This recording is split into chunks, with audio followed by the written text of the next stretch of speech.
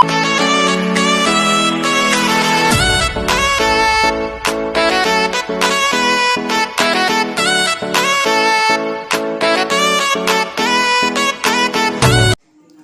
mga tol! This is Wonder Kim. Nagbabalik na naman po tayo sa panibago nating challenge. Dahil hindi pa ako naliligo. At hindi pa kami naliligo guys. So gagawin namin itong bagong challenge na to. Ay, nako. So yun na nga guys. Ang gagawin nating challenge ngayon is ito ang tinatawag na Pulbo Challenge. Yes. Since hindi naman kami matalino, di namin isipan na magandang title tayo. Yes, tama rin guys. At saka ano kami dito, DIY. Kami rin ang magbabasa ng mga ano. Kami rin at maglilinis. Kami rin maglinis. Actually, ano kami dito, multitask. Alam mo na. So, rin yung inuubo at sinisipon guys. So, lagot. Yes. So, umpisa na natin. So, actually kasi guys, magkakaroon tayo ng mga katanungan. Yes, katanungan. At kung sino mas prone sa mga ganung bagay. Yes, exactly. Sa Sino mas prone. Ang mahiwagang pulbo. Pwede rin i-ano yung sarili niya kung talagang siya yun. Di ba? Kung alam mo na sa tombo na ikaw talaga yun, hindi alam mo, ilubog mo na sarili mo. Yes. Go. So start na tayo. So yun na guys. So kami rin magbabasa.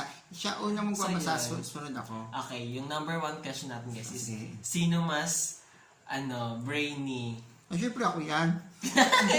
Sino mas brainy? Siyempre yung anak ka, yung nakshi ka yan. Ako ba? Siyempre mas brainy. Huwag masyadong susubsub kasi ano lang guys kasi matatawag ang ilong namin. Sana all. So ganun na, pa-virgin na. So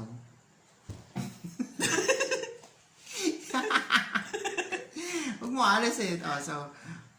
Okay, number 2. Ay, bagay sa'yo na. Sige. So, number 2, sinong mas matakaw? Syempre siya yun, guys. Ay, ako ulit? Oo, siya yun. Ay, same lang.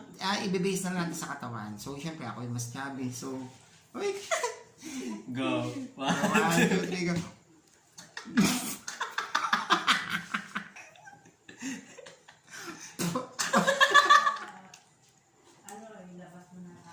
Okay.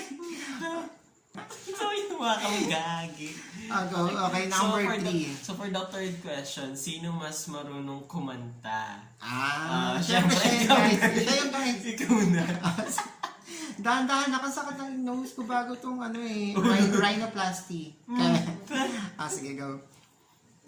Ang duga ito magilid. Ang duga.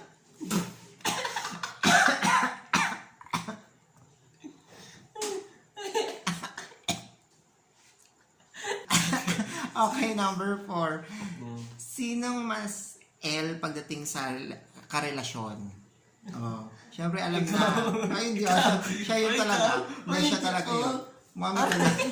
Okay, siya yun, guys.